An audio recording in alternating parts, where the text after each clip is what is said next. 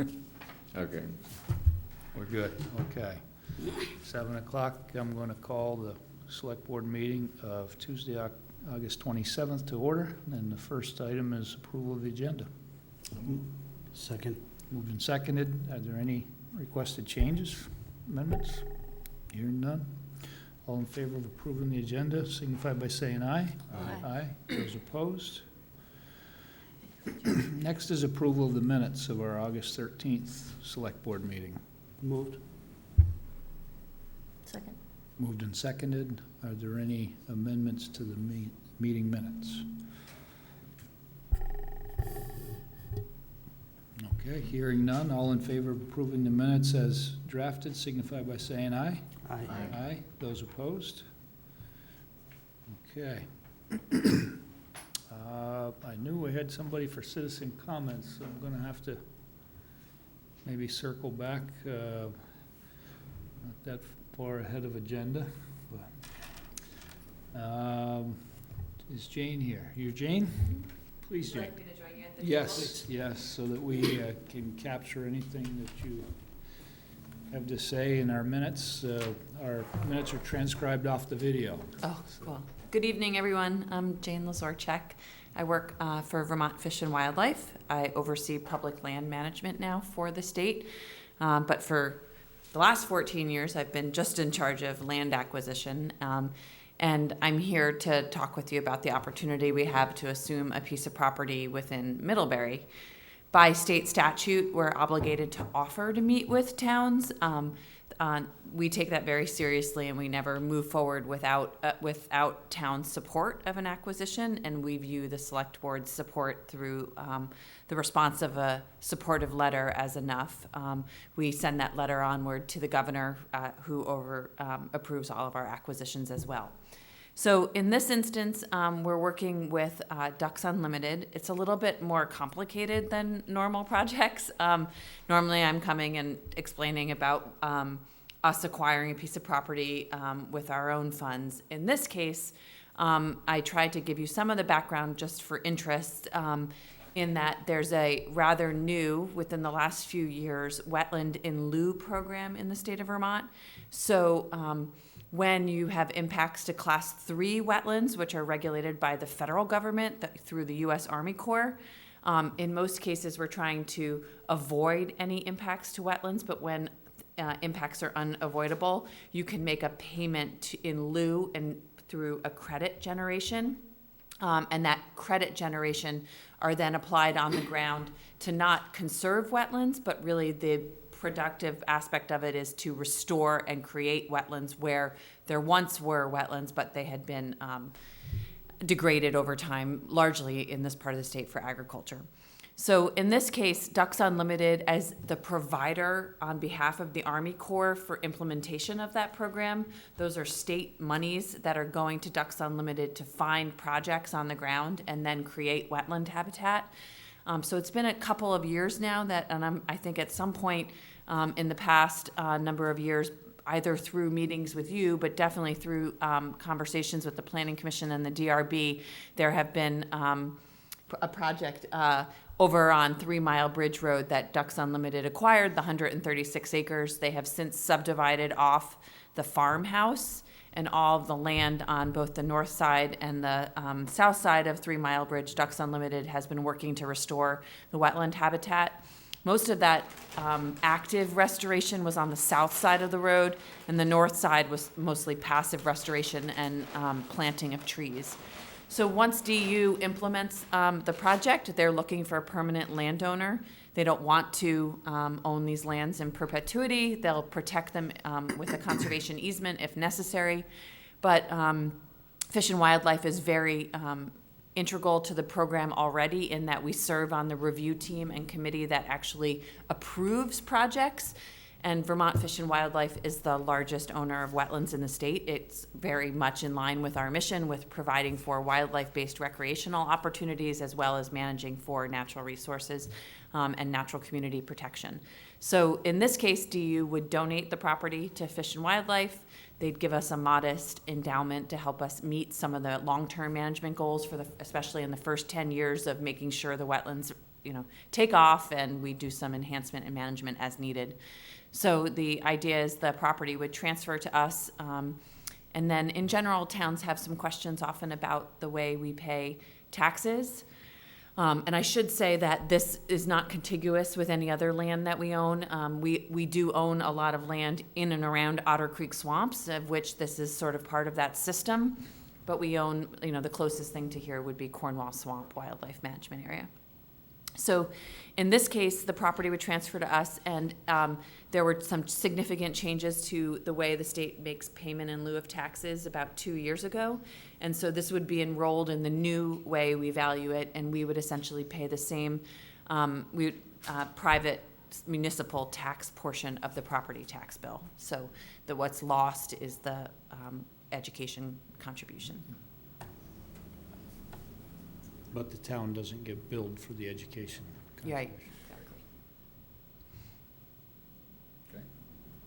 Any other questions? No, it seems pretty straightforward. Thank you for explaining. Yeah.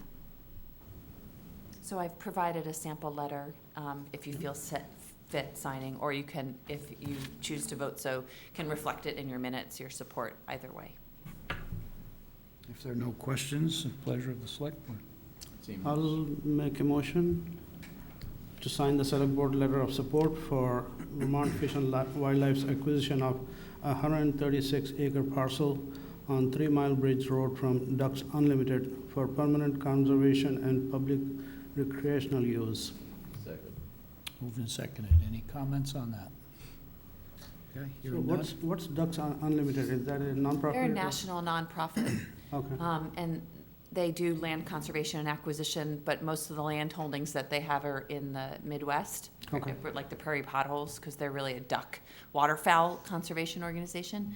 But coincidentally, 42 states have wetland in lieu programs similar to Vermont's, and Ducks Unlimited is that service provider for a lot of states, in that they have a lot of expertise with respect to wetland restoration and enhancement, and they have engineers on staff and people who can configure these projects in a way that the state does not have capacity or expertise to do. Doesn't Ducks Unlimited have some land also down south of Leicester, maybe? Like Pittsford? Yeah, Pittsford. We own that now, Fish and Wildlife, Pemainville Wildlife Management Pemainville, Area. yes. Yeah, that was from Babe Pemainville, he was the farmer. Yep. Yeah, they conserved that on our behalf and held it for quite a number of years. There were concerns in that town, Pittsford, around the wetland restoration, mostly concerns around mosquito habitat. And it was a long education process between the Select Board, Fish and Wildlife, the state entomologist around actually those productive wetlands where we're holding water on the property and actually become fish hatcheries, because the fish flood in the fields, they produce fish and rear fish. It's actually better for mosquito habitat in many cases than a wet reed canary grass field, which is what it was, where you don't have fish or natural predators of mosquitoes. But that process took a long time to actually get Select Board support. So Ducks Unlimited actually held on to it for a number of years while we worked through some of the educational aspects of the wetland habitat for mosquito control. So, Interesting. Thank you. Okay. well, thank you for your support. Yep, thank you. So all in favor signify by saying aye. Aye. Aye. Those opposed? Jane, if you want to hold on a second, we'll get a signed copy for you. You got that? Thank you so much. I got it.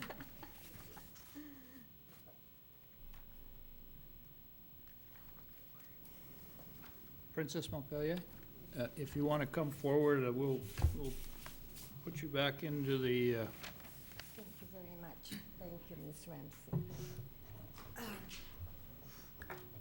Well, somehow with Mr. Garrow, I think he's the district manager with the fire safety.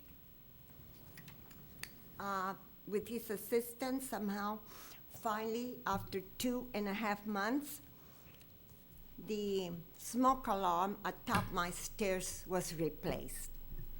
The assistant fire marshal, Mr. Joshua Maxim, had told my landlord on June 13 it had to be done immediately. This is just how my landlord works. And then they said I was not able to speak with Mr. Guerrero today, but these things about fining him for not doing things when he's supposed to, it's always, well, a threat. Now, if you don't do it by a certain period, we'll fine you. And it went 2.5 months. I touched bases with Christopher Kinnick of the lead, that's in charge of the lead and asbestos. And it's been about 1.5 months that he advised me. He had talked to my landlord and he asked him, Mr. Kinnick asked my landlord, Mr. Bernard Quinnell, if he had done anything about the lead. No, he hadn't. So Mr. Kinnick said, well, I'm going to send you some papers so you know what you're supposed to do. Mr. Quinnell never committed to doing anything. He just said he'd look at him. So that was about 1.5 months ago. And when I spoke to Mr. Kinnick today, he said he had not heard from him and that he was going to give him another 14 days. I said, to fine him. He said, to ticket him. And I said, why are you going to give him another 14 days? He says, because we have 450 active cases. So it is apparently a matter of being extremely understaffed. Okay? Unfortunately, I continue to have problems with protection from the police department. On the 19th, Monday, August the 19th, Ms. Ramsey was kind enough to facilitate a meeting with the Chief Tom Hanley present. And on the 17th of August, Mr. Quinnell came and parked. I was going to bring a picture, but I left it behind. He came and parked his white pickup 5 feet from my front porch. It was about 11:32 a.m. And then he's looking at 3 different pieces of paper, and he's always, when he comes around, it appears like he's having a conversation with himself. Then he got out of his pickup and he's pumping his fist out in the air like he's saluting Adolf Hitler. And I became very frightened, and I called the police department, and I'm talking to Sergeant Covey, and I'm crying.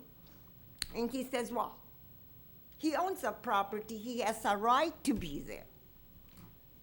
No, he doesn't. When one pays rent, you're a tenant.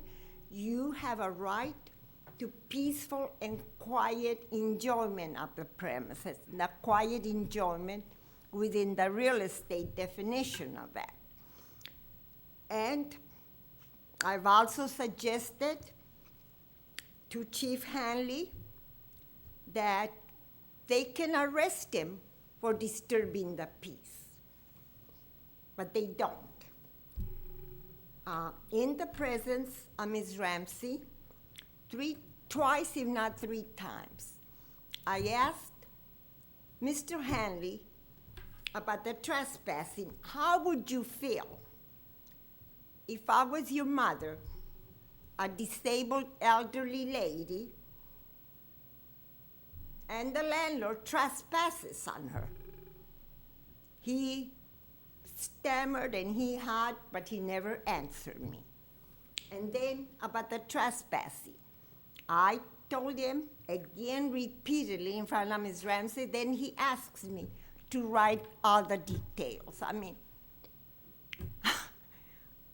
what is so difficult to understand that this man trespassed? He has no right to trespass.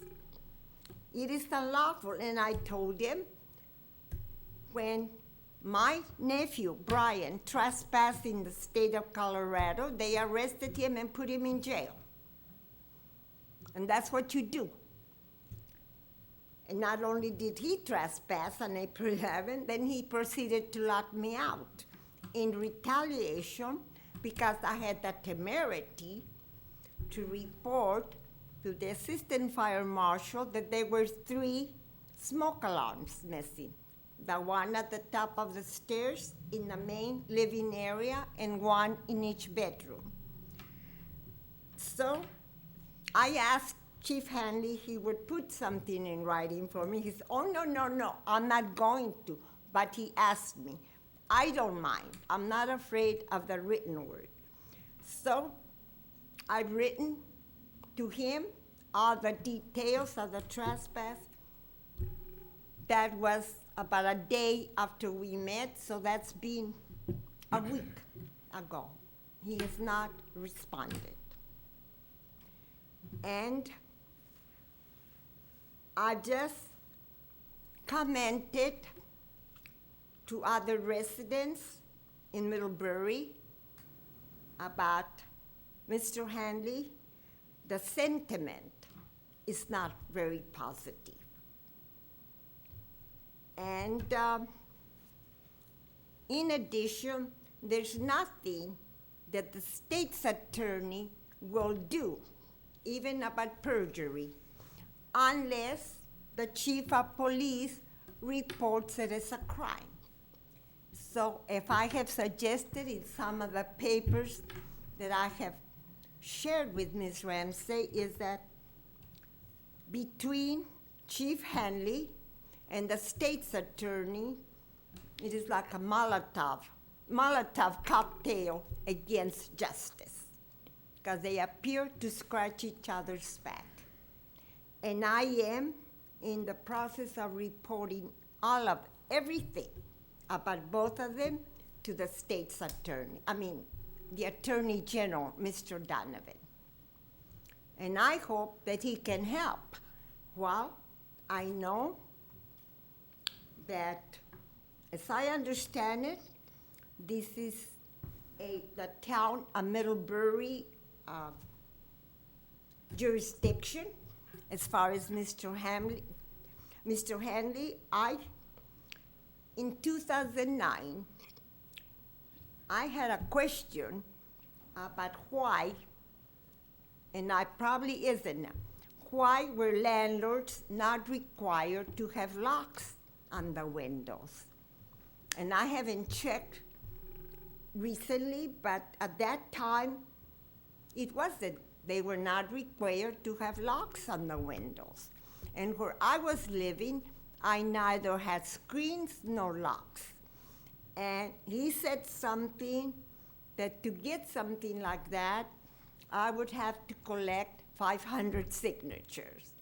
Well, I was too sick to do that, and finally, I was not getting the treatment I needed here in Vermont, so neurosurgically, so I just left. And I've come back, and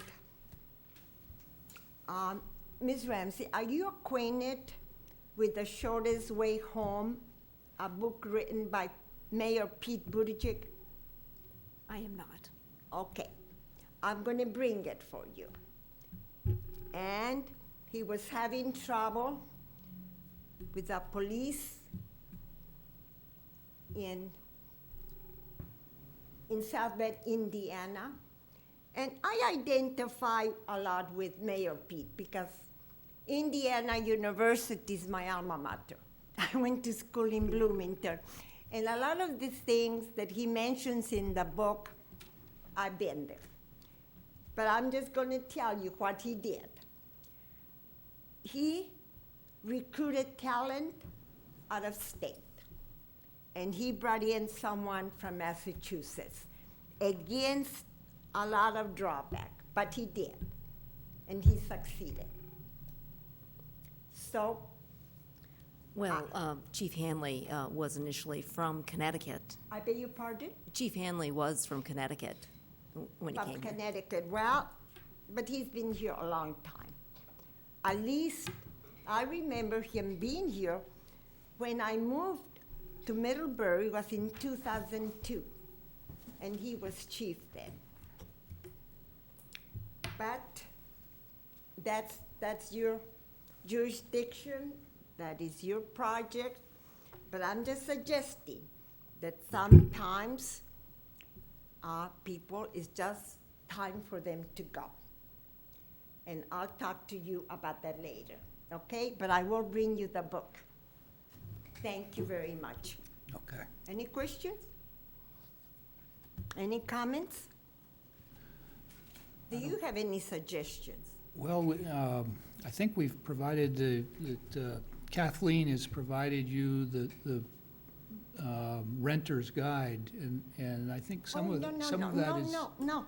in there. I have all that. The problem is that I am not having the proper protection from the police department. That's what you're, okay, I was trying No, to that- find no, out. no, no, It sounded like you were going more about the owner's access to the property, and I think you'd have to I look beg at your your own. pardon? It was unclear to me what your point was that you were trying to make was now. No, the so- primary point I'm trying to make is that I understand all of my rights.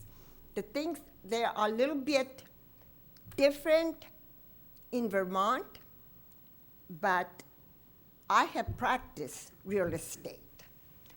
I have an inactive real estate broker's license in the District of Columbia.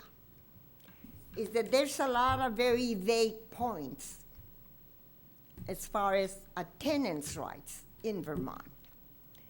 And, Ms. Ramsey, did you find out who my representatives were and how I could reach them? Yes, I put all of that information on the reception counter upstairs. Okay, well, I'll get in touch with you in the next couple of days because I told her that I needed to get in touch with my representatives, and I would like suggest some bills that they could introduce in the state level. Okay? Okay. But at one point, I was trying to reach them, and they told me they didn't have a published phone number or whatever. But that's what I was going to try to do. But I feel that Chief Hanley's attitude about protecting a tenant or an elderly disabled lady like me is not good, okay? These constant thing, and like I've told Ms. Ramsey, or I've done it via my faxes to her, it just appears to me, my experience has been since 2008 when I was here, is a lot of agencies, departments within the government in Vermont. Everybody bends over backwards, they count down to property owners. Why? Everybody pays taxes, not just them. And as I told you the first time I attended, you might not remember, but I will remind you, it was June 11th. And I was coming back from the court when I had gone there to try to get a TRO on Mr. Bernard Quinnell. And I found Mr. Shaw there. His name is David, am I correct? David Shaw? Yes, Okay. David Shaw. Princess, there.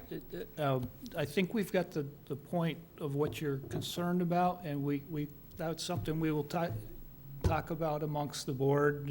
It's not something that would be a public discussion, but we do need to move on. We've allotted 15 minutes already. All right, thank you Okay. very much for your Okay, time. thank you. I'll talk. Thank you. Amy?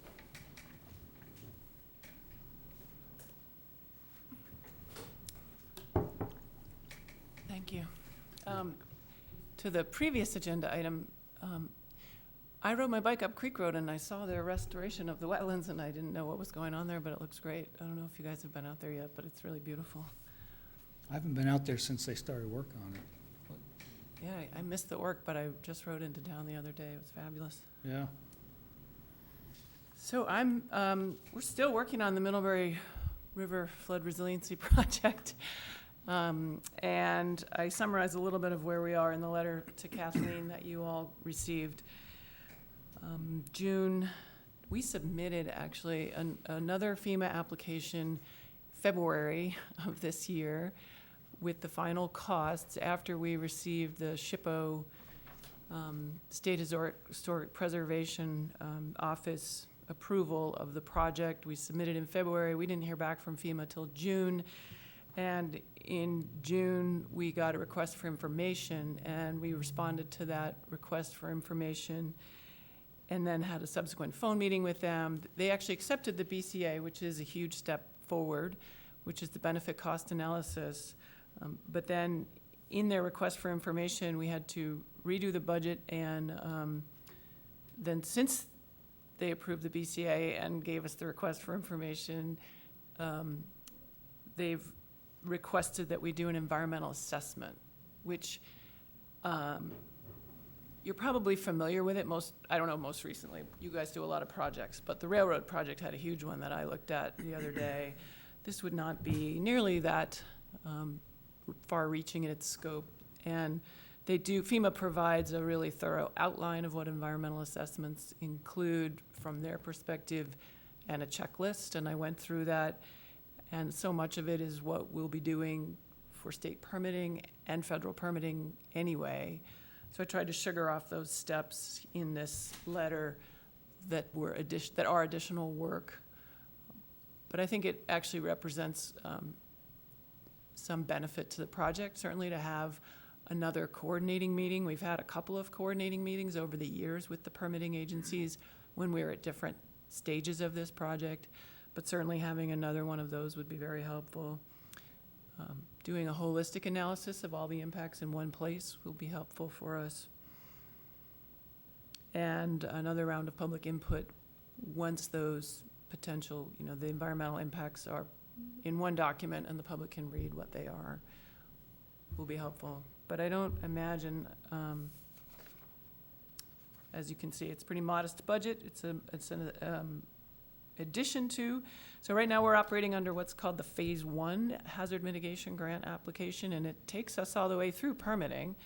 And I'm not actually sure where Malone McBroom is in their budget, but I looked at where I am in my budget, and I'm not even halfway through the $28,000 budget that we started with. So a good portion of my money would still be available to do the permitting work, and this additional work is what's represented here. Is there any questions or? Estimate of a timeline? The timing? Timing? Right, so it's, Lauren Oates was under the impression that we could move ahead now, but FEMA needs us to redo the benefit cost analysis after they've asked us to add the environmental assessment. And so once we had the approved one, I redid it on yesterday, and submitted it to them, and we're still well over one, so I expect that they'll approve it. But there's a little bit of communication that's happening between Vermont Emergency Management and FEMA about when we could actually start. But certainly we need your approval, and then we need FEMA's approval that it is. The one piece of it that's a little unclear to me is I spoke with the FEMA representative last week because I was at a training that she was at, and she said that she's putting our whole project in for her budget in September for approval, but then this environmental assessment somehow is a pre-project, which if we don't get the funding, the town would be on the hook for, but I don't know. It's been interesting working with FEMA and trying to understand them. And I think it's been, on their side of it, they do mostly flood inundation type projects, and this is a flood erosion type of project. And there are probably 5 towns in Vermont that are still where we are with Tropical Storm Irene projects. So we're not alone, and they're all struggling we're trying to understand each other, and we're trying to use some tools that were designed for flood inundation in a erosion risk challenge. So it's hard sometimes to get things to line up, and they do want to work with us on the project. So I'm hopeful that the timing would be that we can just, start work. I know that the woman, Nolise, is our project manager at FEMA. She's on break through Labor Day, but I expect that she'll be approving this as soon as possible, because she wanted me to get it in before September so that it could be in her budget. Okay.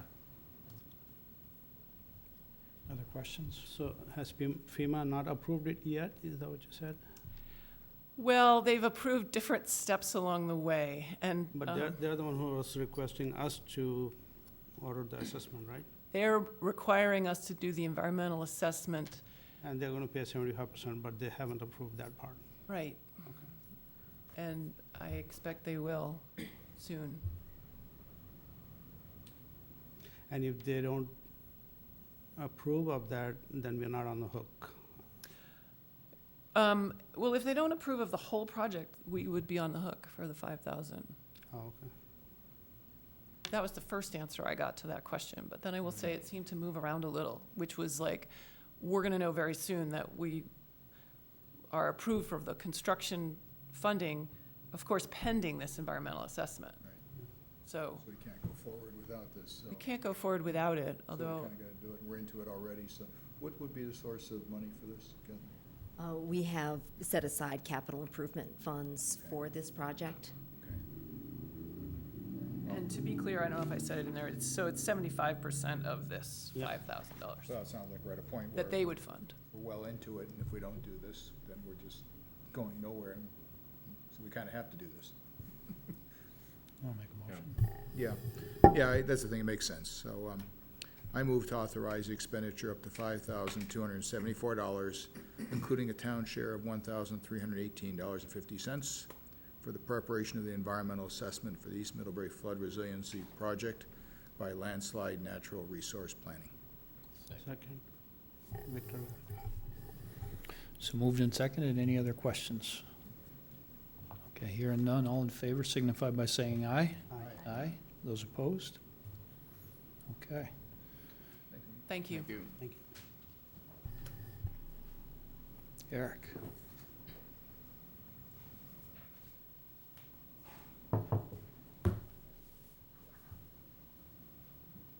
Thank you.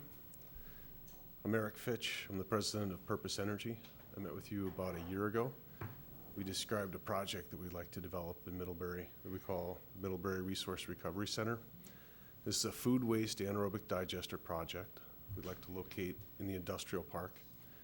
It would take food and beverage manufacturing residuals from facilities like Agrimark, Otter Creek, Whistle Pig, Aquavite, Vermont Hard Cider, Stonecutter Spirits, App Gap Distillery, and we'd be looking for the high-strength waste, high-strength meaning waste that's got a lot of carbon in it.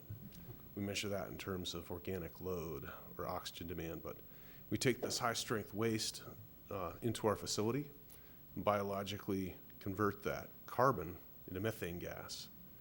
That methane gas can be used to generate electricity. We've been given a contract by the state, by the PUC, to sell a little over 1 megawatt of power to the grid. That contract, it's a 20-year contract. It's known as a standard offer in Vermont. We refer to it as our offtake agreement. With that offtake agreement in place and with long-term contracts in place from Otter Creek and Cabot, we're really excited about moving forward. So we've started some of the development work. We've contracted with Du Bois King to do our civil, structural, mechanical, electrical, plumbing engineering. We're at the point where we met today even with the zoning board to talk about the distance that we can be from the street. We've filed for our air quality permit with A&R. The system impact study's been complete by Green Mountain Power. That was followed by the feasibility study by Green Mountain Power, which has been complete, and so far everything seems to check off. In our future, we have wastewater permits to file, both with the town and with A&R, and then we've got a certificate of public good that we need to file with the state. The reason I'm here today is to talk about the wastewater permits. We're contracting with a firm called Tech Environmental. There's a guy named Tim that works out of Waitsfield he drafted our air quality permit, and he's got both our local and state wastewater permits drafted. And we're at one number that we need to resolve before we can file those, and that is, what is the flow going to be from our facility? The ultimate capacity of our plant really depends on how fast the brewery grows. Currently, the brewery discharges something like 20,000 gallons a day of wastewater to the municipal treatment plant.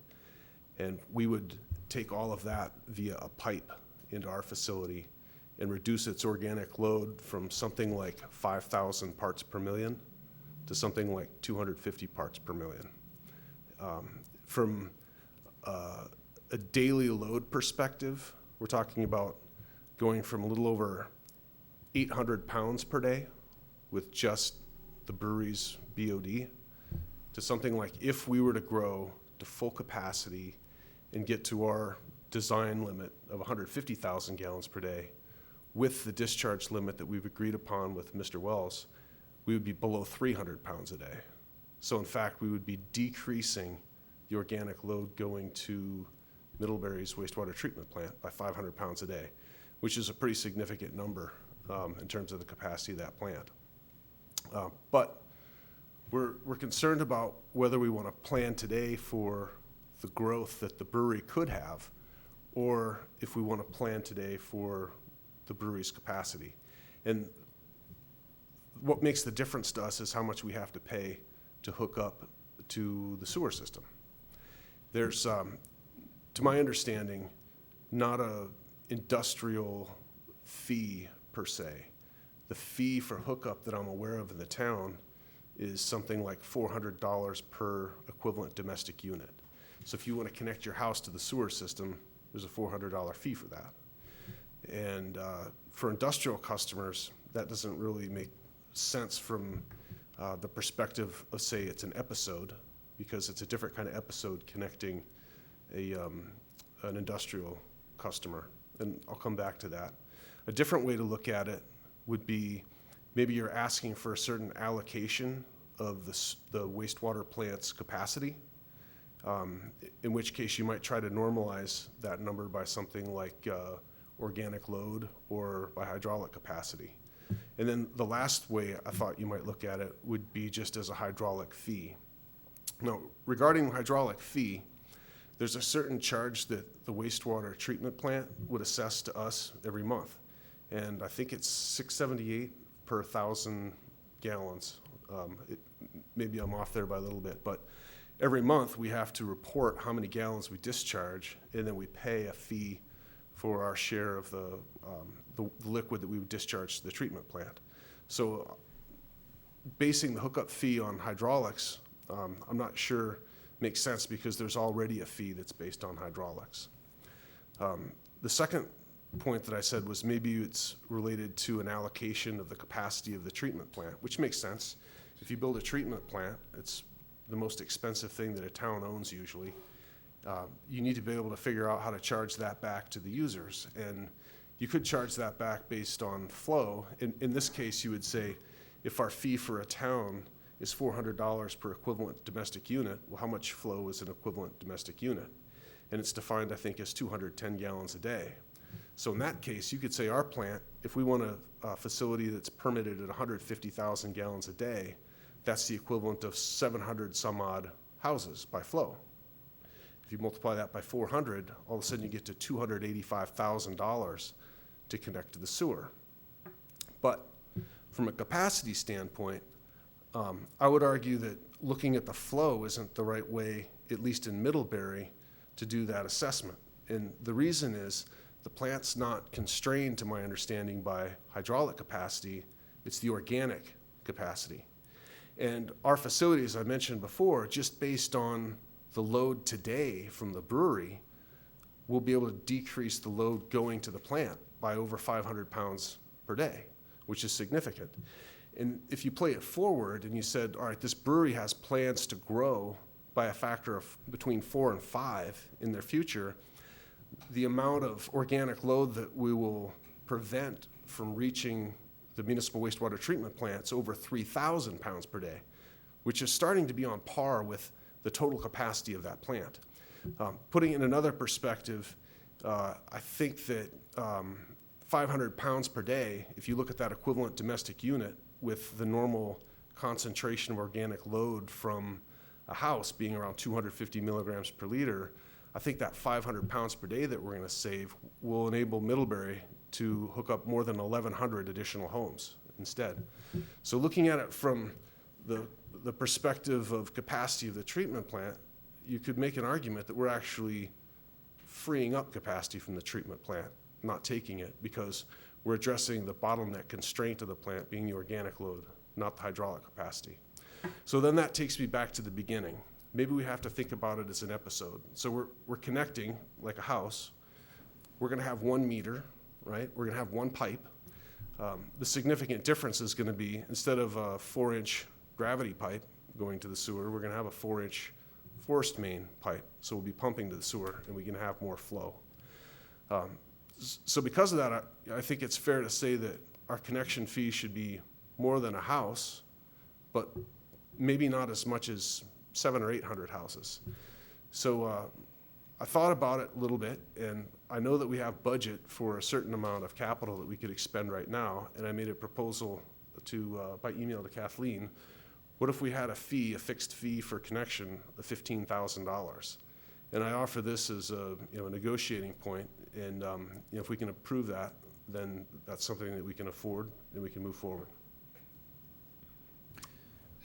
You kept mentioning the brewery. Is Agrimark still part of your project? Yeah, Agrimark is essential to our project. I thought But so. there's a big difference between the brewery and the cheese plant from your perspective.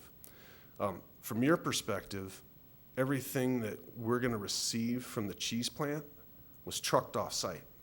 We're going to eliminate those trucks by pumping them to the plant, but the stuff that was trucked off-site wasn't going. You're not taking any of the stuff that was already going to our wastewater treatment facility?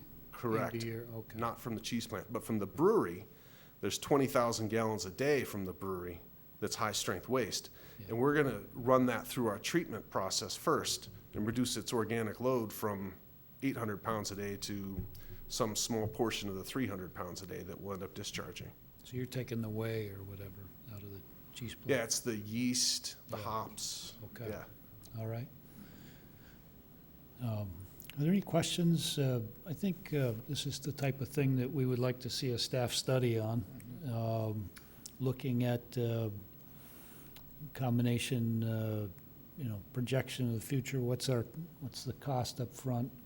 Yeah, well, I certainly think, this sort of is like making policy on the run, and I don't think Yeah, I think maybe the implications and, needs study and consideration and a rational proposal. I'm not saying that you're irrational, but it seems to me one can't make a reasoned judgment simply on the basis of what you said. And we need something that we can study and think about. it'd be nice to know, Kathleen, last 10 years, or whatever the last major hookups were and what those businesses were charged, as well as what are the implications for us in our replacement cycle for the wastewater treatment facility. Timeline that you think you could get with your staff and We had suggested reporting back on September 10th, but that might be tight with the Labor Day holiday. weekend and stuff. So we could shoot for that. Why don't we shoot for that, and when we look at the draft agenda, you can give me an update and see if you think you're gonna be ready, and we'll try to get something back to Eric as soon as possible here, but I think we do want to make sure that we're doing our due diligence on the town side, because this just kind of came to us. You know, we will be setting new precedent if we make a change, and it ought to be well thought out and reasoned, and make sure we have all the staff input. We haven't heard from, I know you've talked with Bob, we haven't heard from Bob yet, and I So- appreciate the precedent concept. And I think the precedent that we were aware of was, we were, you know, I don't know this firsthand, but I was told that when Kraft first located here, this fee was waived. And when Otter Creek first located here, this fee was waived. I've also been advised by Kathleen that they've asked for increases in capacity over the years, and they did pay the equivalent domestic unit rate for that. okay, and those are the things that, you know, certainly Bob will be able to point out to us. So we want to be consistent, and if there's a variance from that, we want to make sure that it has a good rational reason. So why don't we commit to you that we'll get back to you as soon as possible with an objective, and our goal is to be able to have a select board discussion of it and hopefully a decision on the 10th. Thank you, I appreciate that. I hope I didn't put you to sleep with the wastewater talk. Actually, you make some really good presentations, and that's why, again, I agree with my colleagues, is it's too much for us to try to grasp all at once, and I think we'll let our professionals and work through and look at the approach in general. I mean, the thing that is intriguing to me, and I remember this the first time you came here, was the potential savings or elongation of the life expectancy of the plant, of the wastewater treatment plant, and that is very appealing. Well, it's certainly different than a normal hookup, right? Your normal hookup would be somebody that's going to be contributing to the capacity of the facility, not taking it away. So to the concept of new precedent, I wonder if the new precedent could be thought of in terms of organic load, as opposed to an equivalent domestic unit.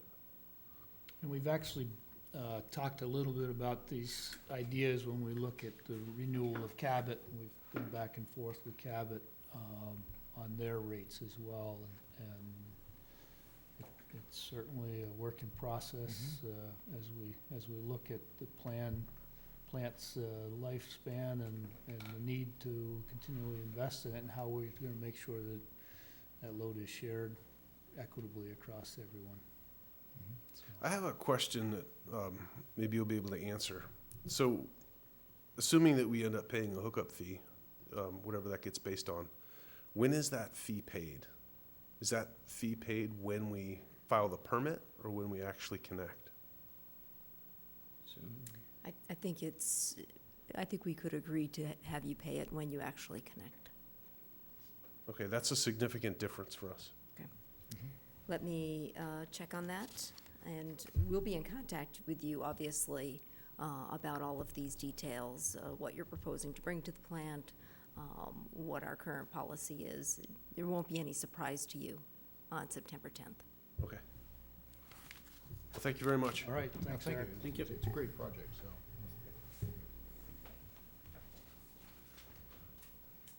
So now I think we have some exciting news, and Kathleen's gonna talk to us a little bit about the FY 2020 municipal tax rate and downtown improvement district tax rate, and if I read our packet correctly, it's pretty good news. It is pretty good news.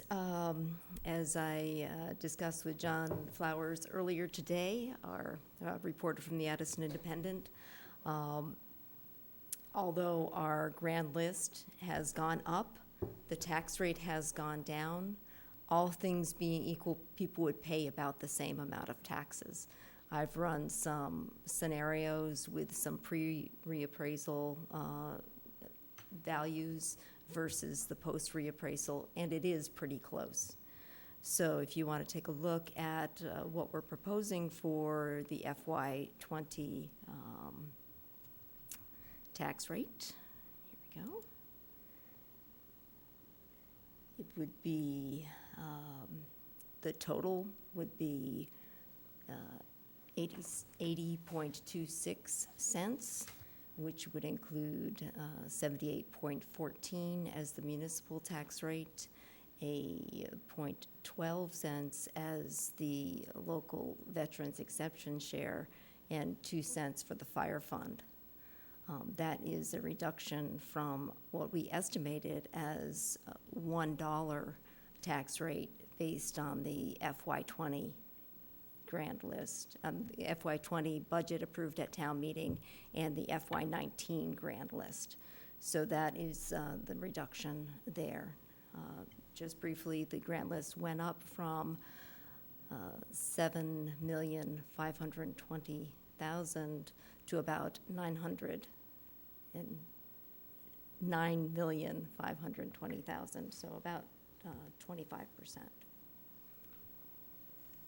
So that's it for the municipal tax rate. So motion would be in order if you are agreeable, or if you have any questions, happy to answer those too. Any questions on that? There was a lot of angst with the reassessment, townwide reassessment. You know, a lot of people's properties did obviously show increases, but as a result, it drives our tax rate back down because we're not collecting any more total dollars. So it's, you know, some people are gonna see a reduction in their taxes, others are gonna see, I think on the average, Pretty Kathleen close has to said it. it's pretty much flat, but. There was a 2% increase in the budget this year, so there would be a small increase in the tax rate. We were planning on a 2-cent tax rate on last year's, 2-cent increase in the tax rate based on last year's grand list. So there would be a small adjustment for that. Any I'll questions? make a motion. Please. I'll make a motion to set the municipal tax rate for the 2020 fiscal year at 0.8026 cents, right? Per $100 of assessed value, including 0.02 cents for the fire fund and 0.0012 for veterans' property tax exemptions. Thank you. Do I have a second? You do, second. Seconded? Okay. Any questions on that, comments? Hearing none, all in favor of approving the town municipal tax rate, signify by saying aye. Aye. Those opposed? Okay, now we have the, I'll get into the DIDC, but first just want to mention briefly the state residential education tax rate has gone down from $1.8578 to $1.5379, a reduction of just under 32 cents. So the total residential tax rate is down about 50 cents. On the non-residential education, a similar decrease, just under 50 cents total. and that's the good news, I think. Did you, when you calculated, did you calculate with the residential taxes for the state in, and it was still flat? I would have said it would have been down a little bit. It was still flat, huh? Okay. I just picked a couple of properties at random. Yeah, because that's a pretty significant reduction in the state's tax rate, education tax rate, based upon our now being a 1, right? Because we have a Just a little, current just a reassessment. hair over 1, 1.0295. So I see this, the tax rate is pretty flat. People are not going, comparably, we are going to pay about the same. What's going to happen next year with this appraisal being this high? Is it going to jump?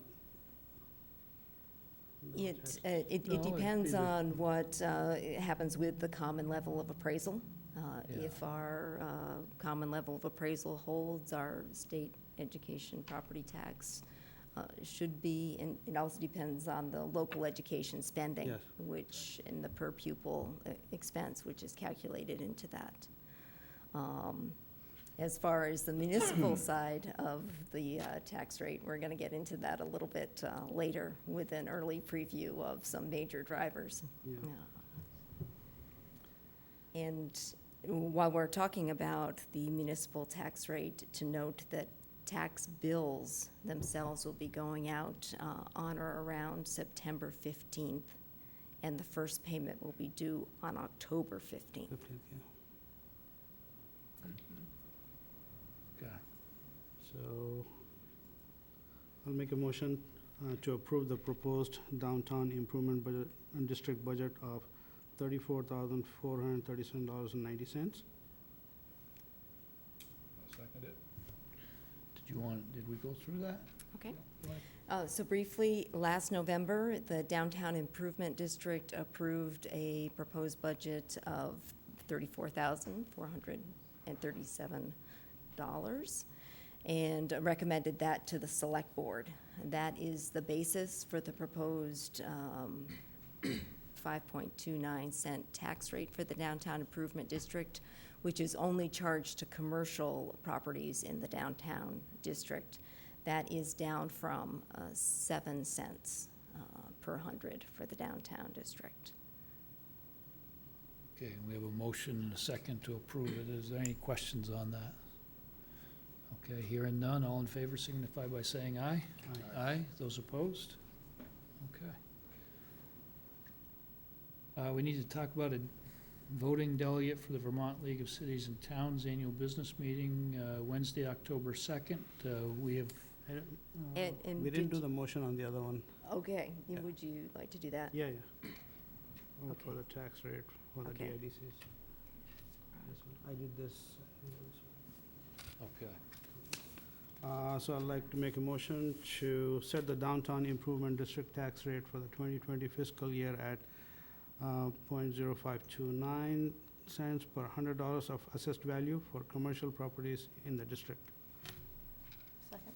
Moved and seconded. We've approved the budget, and we've approved everything else, so pretty simple. All in favor signify by saying aye. Aye. Aye. Those opposed?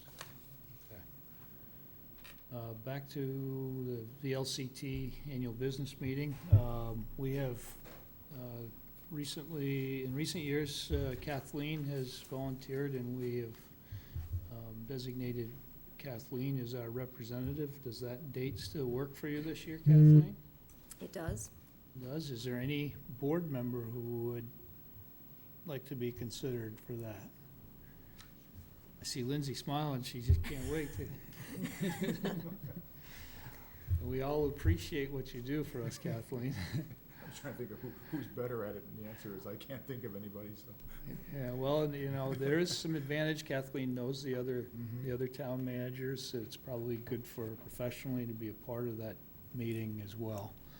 And certainly, we've noticed from recent years and her ability to weigh in on something and be heard, that is probably time well spent for all of us. So if there's no one else that would like to be considered, I think we'll ask Kathleen to represent us again. Yes. Next, we got Dick's here to talk to us about an expenditure for the town clock. I'd like to ask Tony to come up with me. Sure. Those chairs detached, Tony, if you want to bring the chair up.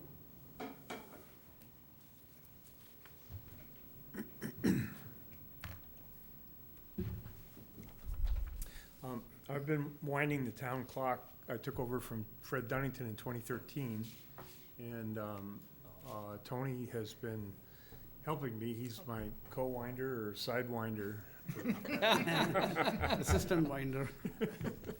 We haven't been able to nail down a good title. But, so when I say wind the clock, back in the day, the way you wound the clock was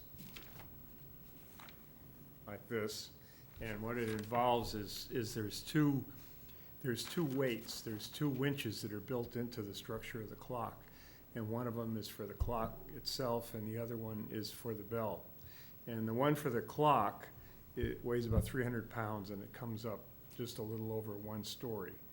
And however, the one for the bell weighs well over 1,000 pounds, and it goes the full height of the church, goes from the basement up to the bell tower.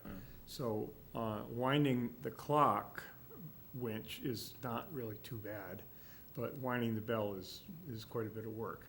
And we had to do both of them this morning because, and last week, because the unit that we use, I've got the dead one back there if you want to see it, but I can, this is the one we're looking at. But what we use now, and Fred came up with this system quite a while ago, is to use a pipe threader.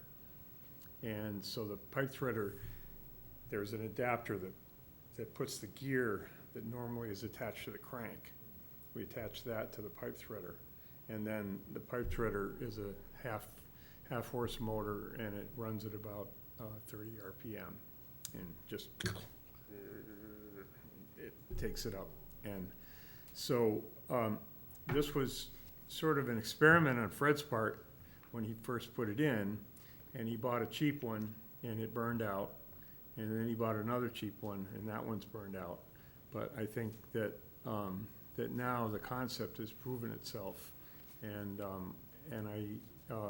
I've talked to him, and I've talked to a few other people, and they seem to feel that we should get a high-end industrial unit that would do the same thing. And so that's the request that I made to Chris the other day. And this is the rigid Model 700.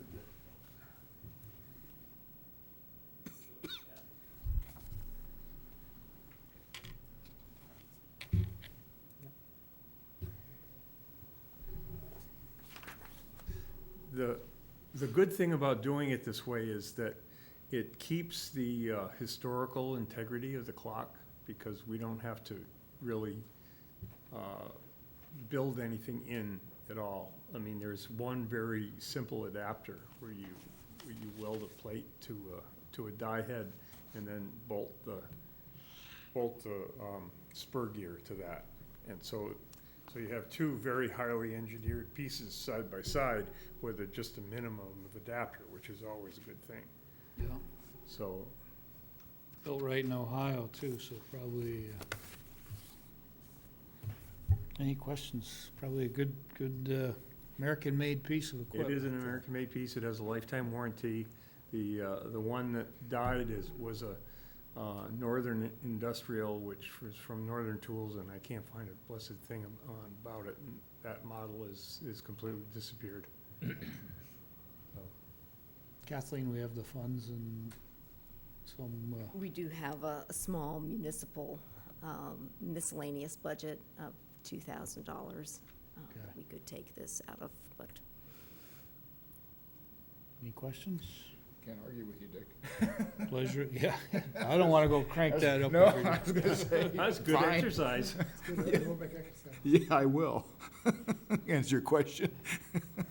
I move to authorize the purchase of a handheld power drive and die head for the use in winding the town clock at a total cost of $1,592.05. Second. Moved and seconded. All in go ahead. Should we make the amount a little bit flexible in case Amazon changes their price, which they do pretty much 12 times a day? Oh, really? Yeah. I don't know. you wanted Not a to, bad like, not idea. to exceed 1750? Yeah, just in case. Adjusted not to Will you exceed amend that? yes, to not to exceed 1750. Second's good with that? Yep. Okay. How often do you wind this clock? Once a week. Yeah, it's an 8-day clock, but we wind it every 7 days. I'd like to see it. It's, So you Oh, have to- yeah. You have to join them on it. It's pretty fascinating. do you have a set time? when Yeah, generally, we It's a wind clock, it of at course it's Tuesday set time. mornings. Tuesday mornings around 8:30, but if you find, Maybe I'll connect with you before. Yeah. I want to go up and see. oh, yeah, no. Have to a beautiful climb up piece from of the machinery. outside, right? Yeah. Yeah, it's your dates ropes. back to 1893. Did they redo the face recently? Yeah, And last how summer. long does it take for you to hand crank that thing? Oh, 20 minutes for the bell and about 10 minutes for the clock. yeah. Manually. Yeah, Yeah. I had hernia surgery 6 weeks ago, so I did the clock and he yeah. did That's the why you bell. have an assistant. Right? I can't believe you're back at it in 6 weeks. That's Yeah. good. Okay. Really. All in favor signify by saying aye. Aye. Aye. Those opposed? All right. Okay, thank you. Thanks for your continued service. Glad to do it. Thanks, Dan. See you, Dick. We've got update on FY '20 year-to-date budget report. So, given that we're 1 month or 8% into the fiscal year, there's really not a lot of to report or trends to be seen. In fact, since most of the invoices for July aren't paid to August, there's very little to report on the expense front at this time. But I did want to note, given the opportunity, that we are anticipating some expenses that will be over budget for FY '20. You have in your packet an email from Fred Saintink of VLCT Property and Casualty Intermunicipal Fund, noting that our workers' comp modification is going up 50%, from just over 1% to about 1.66%. So we can expect a large increase in our workers' compensation and premium, much more than the projected year-end of $155,000 here, but that's a blended bill because we are on a annual renewal on January 1st, so we'll have 6 months at our current rates and 6 months at increased rates. So while we're budgeted for about $130,000, estimating at this point, based on Fred's email, $155,000 from year end, or about an expenditure of $25,000 over budget.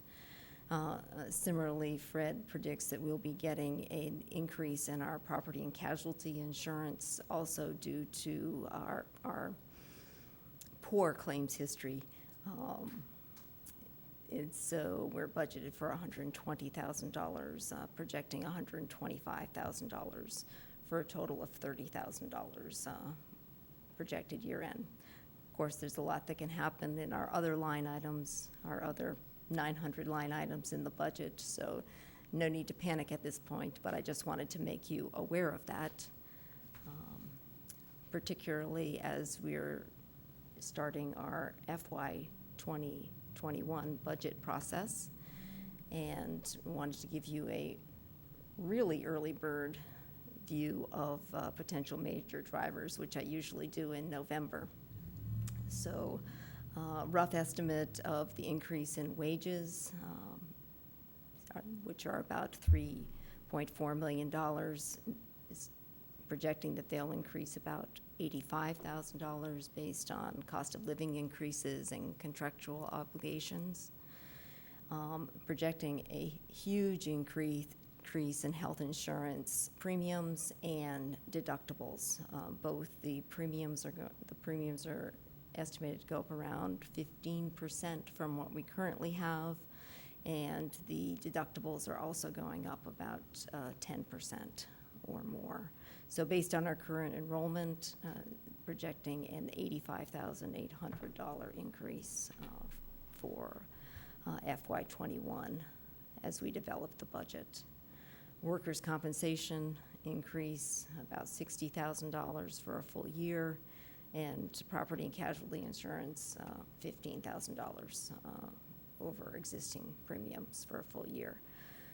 For a total of just in those 4 line items of $245,800, or about 2.6% on the tax rate going into the budget process without any new requests or capital improvement spending increases.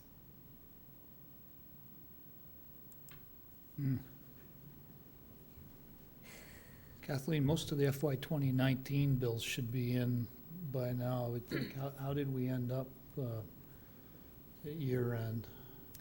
I will have a full report in September. I just got the reconciled information today. Okay. Based on all of the payments that were made for FY '20 and FY '19. We had to do some journal entries to reverse those out and clean up the financial statements. Okay.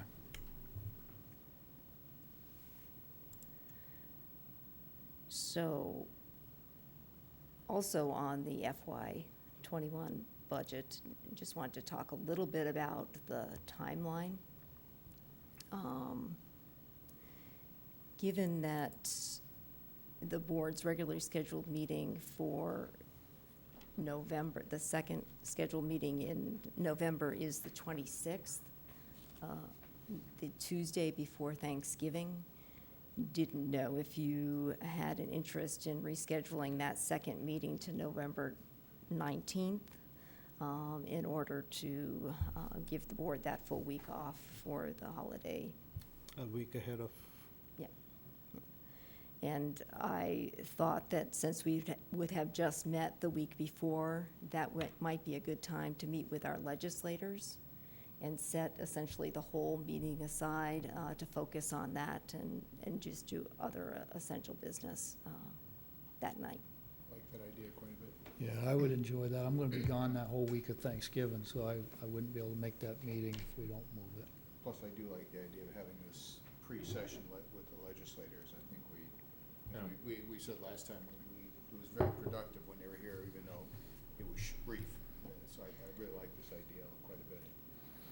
We I give them a have heads reached up. out to them, and they were interested. I didn't mention this particular date, but they were interested in meeting with the board before the legislative season. I like that quite a bit.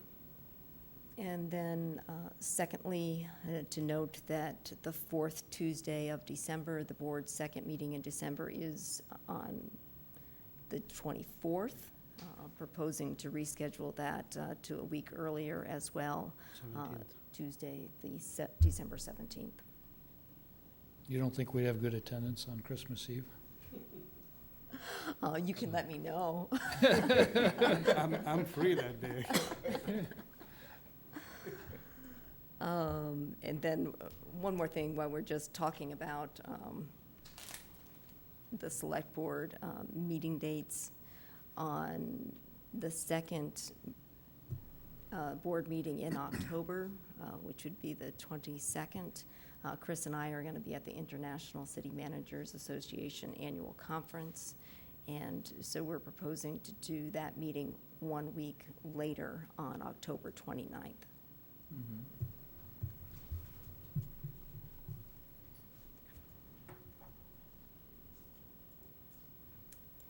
And that's all I have under the extended budget report. Okay, any questions of Kathleen on that?